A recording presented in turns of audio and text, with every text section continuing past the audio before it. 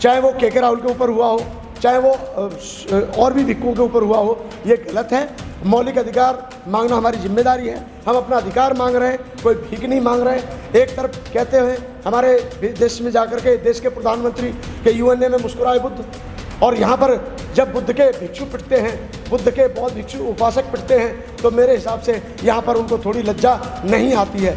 विदेशों से धन लेने के लिए, विदेशों का साथ लेने के लिए, विदेशों में अपने आप को अच्छा साबित करने के लिए वहाँ कहते हैं हम ऐसी धरती से आए हैं जहाँ बुद्ध पैदा हुए। लेकिन ये भी इन्हें कहना चाहिए हम ऐसी धरती से आए हैं जहाँ बुद्ध का विहार बौद्धों के पास नहीं है।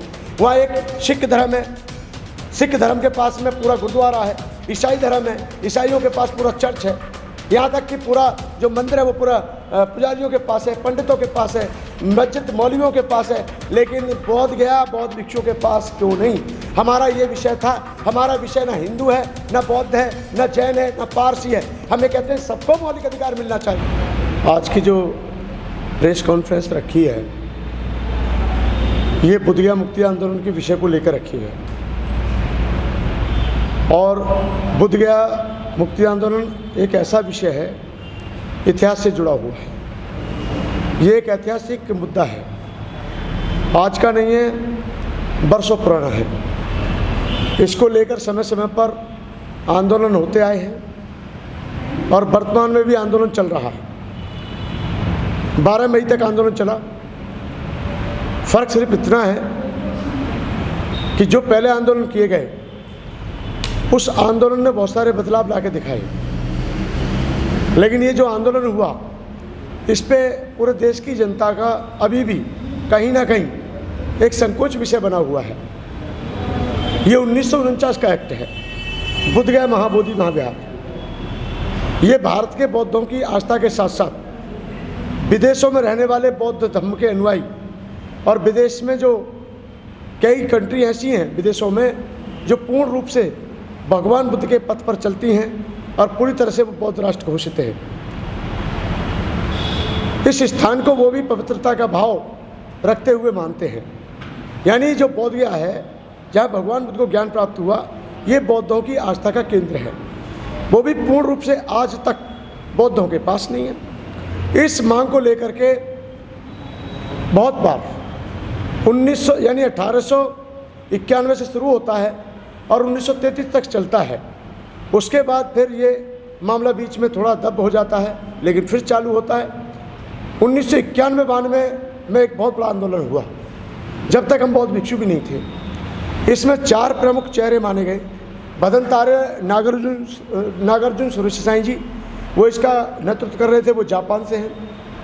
भदंतानंद महाथेरो जी, भदंत प्रज्ञाशील जी और भदंते करुणाकर, और भी अन्य देश के वरिष्ठ ज्येष्ठ भिक्षु जो काफ़ी सम्मानित देश के भिक्षु माने जाते थे उस समय के, उन सभी का अपने अपने स्तर पर योगदान था। और उस आंदोलन के चलते हुए ये हुआ कि पहली बार बाबा साहब अम्बेडकर के बाद जो बौद्ध भिक्षु बने, यानी बाबा साहब ने धम्म दीक्षा ली 14 अक्टूबर 1956 को। उसके बाद में जो बौद्ध धम्म के प्रचार प्रसार में अपनी भूमिका निभा रहे थे, उन बौद्ध भिक्षुओं की पहली कमेटी बनी और पहली कमेटी में वो 4 लोग मेंबर बन के गए। भदंत प्रज्ञाशील जी मेंबर कम सेक्रेटरी और अधीक्षक के पद पर थे, और यहाँ तक कि मोंग की चीफ के पद पर थे।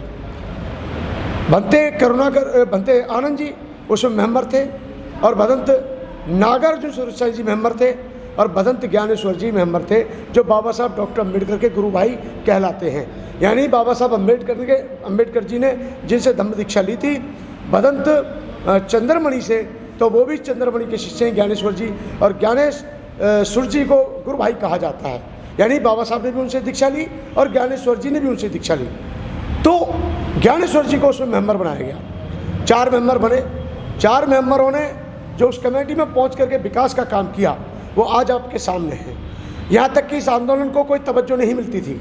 इस आंदोलन के लिए जो लोग जाते थे दूर दूर, धक्का मुक्की खा करके, यातनाएं झेल करके, इस आंदोलन को सफल बनाने में जो बौद्ध अनुयायी महाराष्ट्र, गुजरात, पंजाब, हरियाणा, जहाँ से भी पूरे देश के राज्यों के कोने कोने से जो लोग जाते थे, उन्हें बहुत सारी यात्राएं दी जाती थी। ट्रेनों में से धक्के मारे जाते थे। ये आंदोलन में जब वो बैठते थे तो पानी तक बंद कर देते थे, यानी राशन पानी की दुकानें बंद कर देते थे। ये बिहार की स्थिति बता रहा हूँ, बोधगया की स्थिति बता रहा हूँ। लेकिन इस आंदोलन के बदौलत आज ये हुआ कि हम कोई भी कार्यक्रम बहुत आसानी से कर लेते हैं और आज लोगों के बीच में अवेयरनेस पैदा हुई, बोधगया को लेकर के लोग जागरूक हुए और बोधगया की लड़ाई जब बीच बीच में चलती रही, वहीं पर कहीं ना कहीं बीच में बोधगया की लड़ाई थमती रही, लेकिन बंद नहीं होने दी। जैसे किसी को हम दीपक को जलाने के लिए हम तेल डालते रहते हैं या घी डालते रहते हैं, लेकिन वो जलता रहता है, पर कभी कभी बुझ जाता है, फिर कभी कभी जलता है। इस प्रकार से ये चलता रहा और बीच बीच में थोड़ा सा शांत होता रहा। लेकिन 2005 में 25 फरवरी को फिर से शुरुआत की और फिर से शुरुआत की गई और इनकी जो कमेटी चली थी वो चली थी 96 से लेकर के 2002 तक और 6 साल में इन्होंने जो हो सकता था इस कमेटी ने बहुत काम अच्छे किए जनहित को लेकर के। बोधगया में जो विकास हुआ, पहले जो पदाधिकारी थे उनके खिलाफ जांच करवाई, जिन्होंने दान का दुरुपयोग किया था उनको जेल पहुंचाने का काम किया। वहाँ पर क्या था, एक सेक्रेटरी बना आ रहा है तो बहुत दिनों से ही बना आ रहा है, आरपी सिंह वहाँ के 27 साल ठाकुर समुदाय से आते हैं, वो 27 साल से सेक्रेटरी थे। कालीचरण यादव वहाँ 3-4 टर्म तक सेक्रेटरी रहे। तो हमारी ये मांग थी कि जब यह बुद्ध का ज्ञान प्राप्त हुआ है, यह बौद्ध स्थान है, विदेशी बौद्धों के साथ साथ भारत के साथ साथ विश्व में जितने भी बौद्ध हैं सबकी आस्था का केंद्र है, ये पूरी तरह से बौद्धों को सौंपा जाए। अब इस एक्ट की हम लड़ाई पहले से लड़ रहे हैं। 1949 का जो एक्ट है वो ये है कि 4 हिंदू 4 बौद्ध। पहली बात तो बौद्धों के साथ में सौतेला व्यवहार हो रहा है, जब बौद्धों के बीच में हिंदुओं का क्या काम।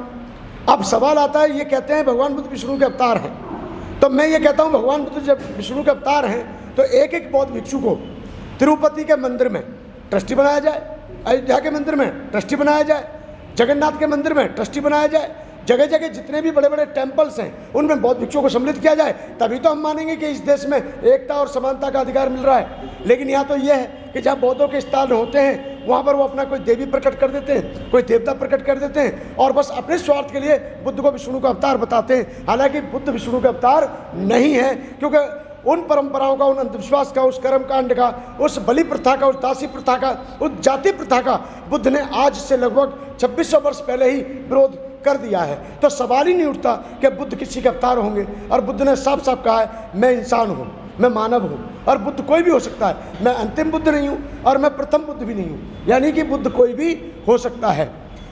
तो इस लड़ाई को लेकर के हम बहुत दिनों से चल रहे हैं। 2005 25 फरवरी को कार्यक्रम हुआ, बड़ा कार्यक्रम हुआ और उसमें जो वर्तमान में इस समय सीजेआई साहब हैं, इनके पूज्य पिताजी हमारे आदरणीय उपासक RS गवई साहब उस कार्यक्रम में मौजूद थे, जोगिंदर कवाड़े जी मौजूद थे, उसमें AR जोशी जी मौजूद थे, उमेश सिंह गौतम, मतलब सब पूरे संगठन दिल्ली के मौजूद थे और बड़े पैमाने पर 25 फरवरी 2005 को बड़ा कार्यक्रम किया और पूरी व्यवस्था भोजन पानी से लेकर के सारी व्यवस्था हमारे ही द्वारा की गई थी। तो मैं उस समय नया नया इस मूवमेंट से जुड़ा था। उसके बाद में 7 में चला, थोड़ा 9 में चला, फिर थोड़ा कम हुआ। 2015 में 25, 26, 27 अप्रैल 2015 को बहुत भव्य विकराल रूप में आंदोलन हुआ। लॉर्ड बुद्धा टीवी चैनल का उस समय अच्छा माहौल मिला, क्योंकि उस समय हमारा भोजन मीडिया, सोशल मीडिया नहीं था, तो हमारा स्ट्रीम मीडिया कोई खबर नहीं देता था, लेकिन लॉर्ड बुद्धा टीवी चैनल का उसमें साथ मिला और लॉर्ड बुद्धा टीवी चैनल के द्वारा आवाज़ गई और लॉर्ड बुद्धा टीवी चैनल के बदौलत वो कार्यक्रम सफल हुआ और उस कार्यक्रम में लगभग 50 से 55 हज़ार पब्लिक ने भाग लिया और 3 दिन तक उनको भोजन पानी रहने सहने की सारी व्यवस्था की गई थी। और तीसरा दिन था यात्रा का, उस दिन बहुत बड़ा कार्यक्रम हुआ और 12 से 14 सांसद बिना बुलाए आंदोलन की आवाज़ सुन करके उस मंच पे आए, यानी जो आंदोलन हुआ था। और बीच बीच में इस बुद्धगया के इशू को लेकर के ये आवाज़ उठती रही है, यानी ईशम सिंह जी ने जो राज्यसभा में MP थे, उन्होंने, अमृत राजन जी ने, गांधी आज़ाद जी ने और जो MPओं को हमने, नाना पटोले जी ने जो भी पहले MP बने थे भंडारा से और बाद में वो भी कांग्रेस के प्रेसिडेंट हैं शायद, तो वो भी उस मंच पर और उन्होंने भी पार्लियामेंट में आवाज़ उठाई। तो मैं ये कहना चाह रहा हूँ कि ये आवाज़ उठती रही और ये आवाज़ दबी नहीं। 10 साल पहले बहुत बड़ा आंदोलन हुआ था और उसके चलते हुए सर, आपके मीडिया को जान करके खुशी होगी कि जो आंदोलन पहले हुए उन सभी आंदोलनों से कुछ ना कुछ हासिल हुआ। हासिल मेरा मतलब है कि सरकार ने हमारी बात सुनी, सरकार हमारी बात सुनती थी और सरकार समझ करके कुछ ना कुछ उसमें संशोधन करती थी।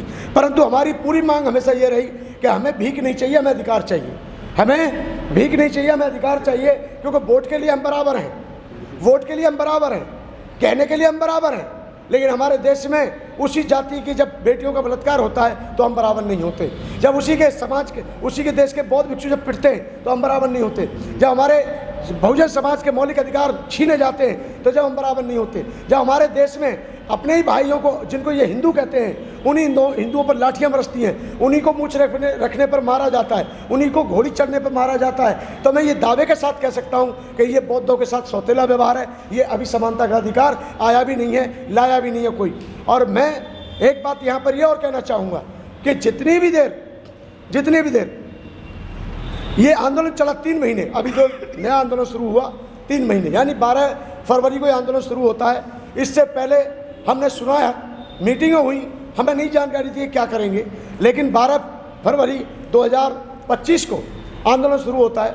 उससे पहले आकाश लामा जी से बात होती है और यहाँ हमारी और किसी से इस विषय में बात नहीं हुई। या अल्पसंख्यक आयोग की माननीय मेंबर रिचेल लामो जी ने मुझे खुद से कॉल किया और मुझे निमंत्रण दिया कि भंते जी आप कमीशन में आइए, मीटिंग है यहाँ पर। मैंने सोचा अल्पसंख्यक की मीटिंग होगी, मुझे जानकारी नहीं थी। वहाँ पता चला वहाँ आकाश लामा जी भी थे, सतीश कुमार जी भी थे जो विधायक हैं, और विधायक सतीश कुमार जी जो हैं बिहार के हैं और मकुदुमपुर से MLA हैं। उन्होंने विधानसभा में इस बात को उठाया और वो इसमें जुड़े। तो वहाँ पर बात चली कि बोधगया का इशू चलाएंगे और ऐसे करेंगे। हमने कहा ठीक है, कोई बात नहीं, आप करेंगे, आप सब मिलकर जो निर्णय लेंगे हमें मान्य होगा। हम कोई अलग थोड़ा ही हैं संघ से और समाज से। जो हमारा भिक्षु संघ है और जो हमारा समाज है, हम उससे अलग कैसे हो सकते हैं। लेकिन जब ये आंदोलन शुरू हुआ, इससे पूर्व में जानकारी, इससे पहले जानकारी ना भंते आनंद जी को दी गई, ना भिक्षु महासंघ को दी गई और ना ही भारत के किसी वरिष्ठ भिक्षु को दी गई। इतना ही नहीं, जो बोधगया मुक्ति आंदोलन पहले से था उसकी भी जानकारी नहीं थी।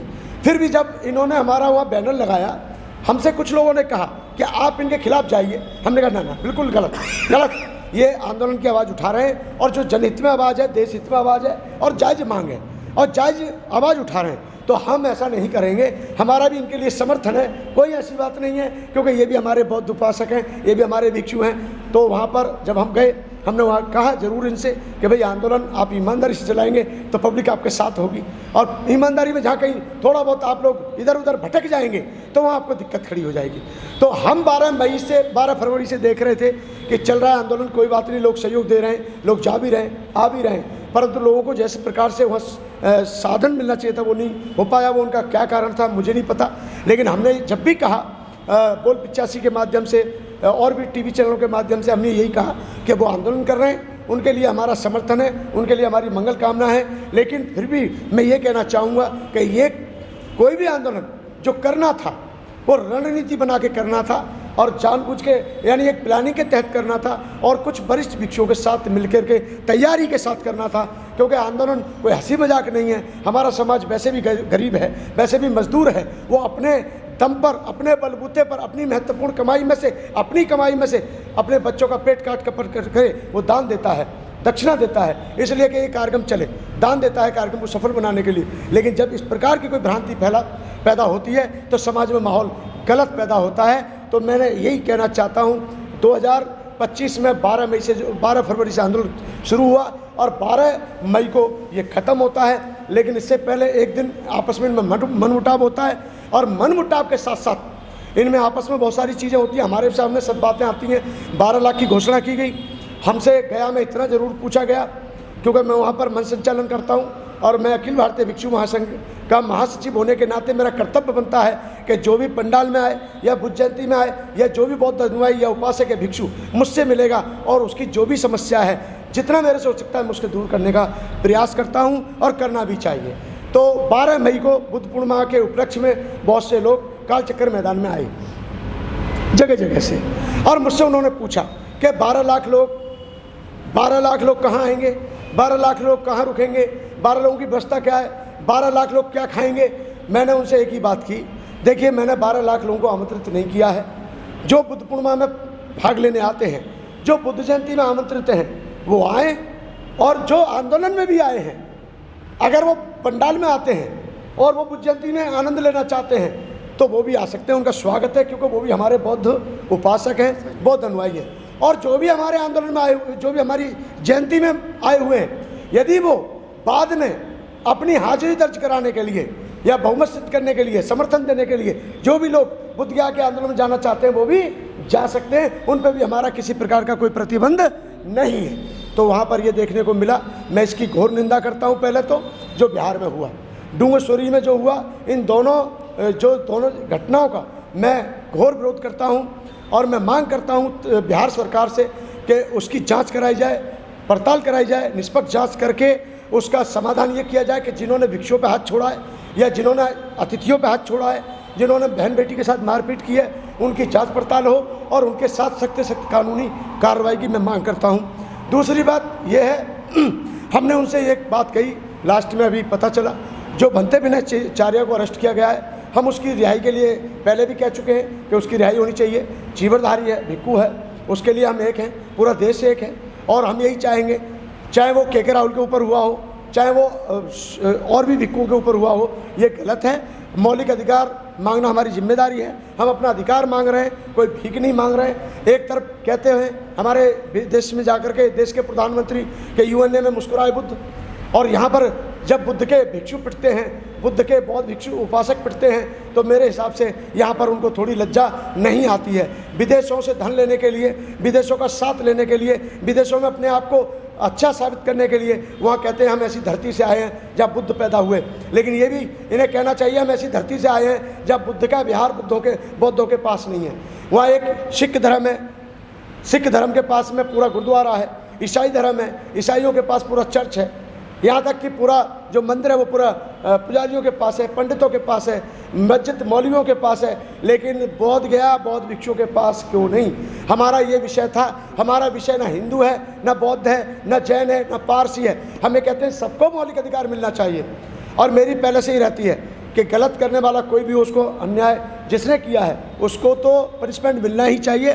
तो मैं एक बुद्ध गया मुक्ति आंदोलन समिति की तरफ से और अखिल भारतीय भिक्षु महासंघ की तरफ से मैं ये मांग करता हूँ कि भंते विनय चार्य पे जिसने एफआईआर की है उसके ऊपर कार्रवाई होनी चाहिए और अब जल्दी जल्दी उसकी रिहाई हो। हमारे भिक्षुओं को इस तरीके से वहाँ प्रताड़ित किया जाए, ये हमें शोभा नहीं देता। ये हमारे लिए निंदन का विषय है और हम इसकी घोर निंदा करते हैं। और इसी विषय को लेकर के मैंने ये पीसी रखी है और मैं अपने बहुजन मीडिया से, अपने समाज के मीडिया से और अपने देश के मीडिया से मैं ये कहूँगा कि आज आपके मीडिया की वो ताकत है कि यही मीडिया की आवाज़ के दम पर हमारा बुद्ध गया मुक्ति आंदोलन विदेशों में पहुंचा।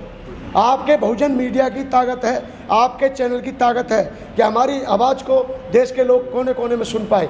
अन्यथा स्ट्रीम मीडिया, ये बड़े बड़े मीडिया, बड़े बड़े पेपर वाले आज तक आपकी इतनी सी खबर बता दीजिए मुझे। 3 महीने के कार्यकाल में 3 महीने तक आंदोलन आपका चला, कितनी घटनाएं आपको पढ़ने को मिली? आप राष्ट्रीय सहारा की छोटी सी कटिंग ला के दिखा दीजिए, न भारत टाइम्स का ला के दिखा दीजिए, आज तक पे दिखा दीजिए। हाँ, आज तक पे इसके लिए सूचना चलाने के लिए ज़रूर है कि आज अंबानी जी का कुत्ता बीमार है, इसके लिए तो हो सकता है। लेकिन भारत के बौद्धों के साथ अन्याय हो रहा है, सौतेला व्यवहार हो रहा है, इसके पास किसी मीडिया को सुनने का, देखने का, समझने का और बोलने का टाइम नहीं है। तो मैं पुनः आपको धन्यवाद देता हूं और मैं यही कहना चाहता हूं कि आज जो बौद्धों के साथ अत्याचार हो रहा है, अब जाग जाना चाहिए हमारे देश के बौद्धों को, जागना चाहिए हमारे देश के नेताओं को। हमारा नेता आज कहता है एक मंत्री का बेटे को मंदिर से रोक दिया, तो ये उस मंत्री ने पहली घटना पढ़ी है? मैं पूछ रहा हूँ, ये मंत्री को देखिए, मंत्री ने कहा वो पहले घटना पड़ी है। अभी यूपी में एक कैबिनेट मंत्री है, उसके बेटे को मंदिर में जाने से रोका, ऐसी खबर आई। तो मैं समझता हूँ मंत्री पढ़े लिखे तो होंगे ही। और उस मंत्री ने द्रौपदी का अपमान भी देखा होगा, महामहिम राष्ट्रपति जी का हैं, उन्होंने रामनाथ कोविंद जी का भी देखा होगा, पूर्व भारत के राष्ट्रपति जी का। उन्होंने सुशील कुमार शिंदे जब गृह मंत्री थे उनको मंदिर में नहीं चलने दिया, उनका भी अपमान देखा होगा। लेकिन ये जितने भी हमारे मंत्री हैं, इनको बुद्धि थोड़ी बहुत होनी चाहिए। अरे जिस नाम पर आप वोट मांगते हो, जिनका फोटो लगा करके आप चुनाव लड़ते हो, जिनको अपना मसीहा बताते हो, उसी मसीहा ने कहा है कि हमें ऐसी जगह नहीं जाना चाहिए जहां आपको सम्मान ना मिलता हो। इसलिए मैं कहता हूं जिन नेताओं का अपमान होता है वो बोध गया जाएं, उनको सम्मान के साथ खाना दिया जाएगा, सम्मान के साथ उनको आशीर्वाद दिया जाएगा और सम्मान के साथ उनको दर्शन कराए जाएंगे। जहाँ पूरे देश में किसी का अपमान होता है उसको लिए बोध गया का स्थान पूरी तरह से खुला हुआ है। और लेकिन ये शर्त है कि आप जितने भी नेता हैं आपको भी प्रण करना होगा कि हम सब मिल करके इस बोध गया को मुक्त कराएंगे, और आज नहीं तो कल, और कल नहीं तो आने वाले समय में जिस दिन जनता जागरूक होगी पूरी तरह से, बोध गया चुटकियों में हमारे पास आ जाएगा। हमारा कर्तव्य है बिहार की जनता को जागरूक करना, क्योंकि बिहार में अभी भी बौद्धों की जनसंख्या बहुत कम है। इसलिए हमारा कर्तव्य होना चाहिए कि हमारे भारत के बौद्ध भिक्षुओं को भी प्रण करके कि दिल्ली में ही सब कुछ नहीं रखा है, जहाँ जनता जाग जाए वहाँ से आप चलते बनो, क्योंकि वहाँ की जनता जाग चुकी है। महाराष्ट्र की जनता जाग चुकी है। अब महाराष्ट्र के बौद्ध भिक्षुओं को निकल करके छत्तीसगढ़ में, बिहार में, झारखंड में, पश्चिम बंगाल में, उड़ीसा में ऐसे एरियाओं में काम करना चाहिए जहां अभी भी बंजर खेती पड़ी हुई है। उनको अपना मठाधीशपना छोड़ना होगा, उनको अपना बिहाराधिपति का पद छोड़ना होगा और उनको निकलना होगा भ्रमण करने के लिए। इसलिए मैं तो यही कहना चाहूँगा, जिस दिन भारत के बौद्धों की संख्या बढ़ जाएगी, बौद्ध या तो क्या जितने भी हमारे 84,000 स्थान हैं हम तो उन्हें भी लेना चाहते हैं, लेकिन याद रहे उनमें पूजा करने जाएगा कौन। बीमारी तो इस बात के कर्म कांड को अभी भी हमारे लोग बढ़ावा देते हैं। तो मैं यही कहना चाहता हूँ, मेरा इस पर ना कोई किसी के ऊपर कटाक्ष है, ना मैं ये कहूँगा कि आंदोलन फेल हुआ।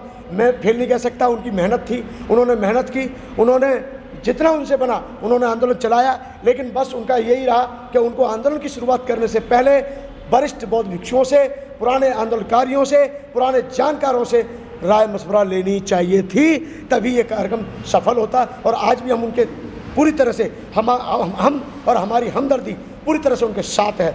हम उनको रिहा करने की भी बात कर रहे हैं, और जिन्होंने उनके साथ में ये बर्बरता की है, महिलाओं के साथ बदसलूकी की है, हम चाहेंगे उनके ऊपर भी कठोर, कठिन से कठिन और कार्रवाई होनी चाहिए और इनको बाइज्जत रिहा करना चाहिए।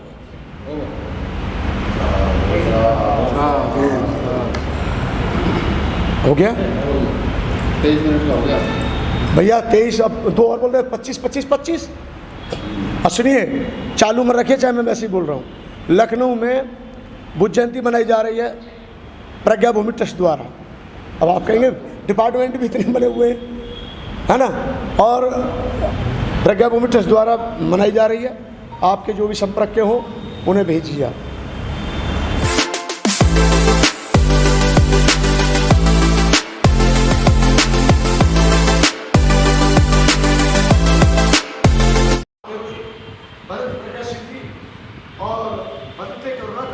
और भी अन्य देश के वरिष्ठ ज्येष्ठ भिक्षु जो काफ़ी सम्मानित देश के भिक्षु माने जाते थे उस समय के, उन सभी का अपने अपने स्तर पर योगदान था।